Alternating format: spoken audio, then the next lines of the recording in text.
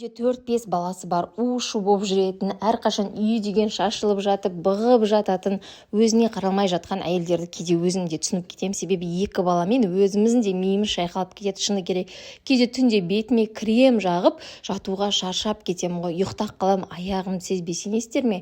Бүгін демалып жатырмыз, садик демалып жатыр, яғни 4 күн болды. Сіздер не істеп жатырсыздар? Бұрынғы кездегі ата-аналарымызға айтамын, медаль тағу керек қой. Ол кезде декрет деген мүлдем болмаған ғой. Қалай 5-6 бала, 10 баланы бақты екен, қазір ойласам миыма мүлдем кірмейді. Сенесіздер ме? Ең қызықсы, ұрсып қойсан, содан кейін TikTokта эксперт дегендер бәле болды деймін да.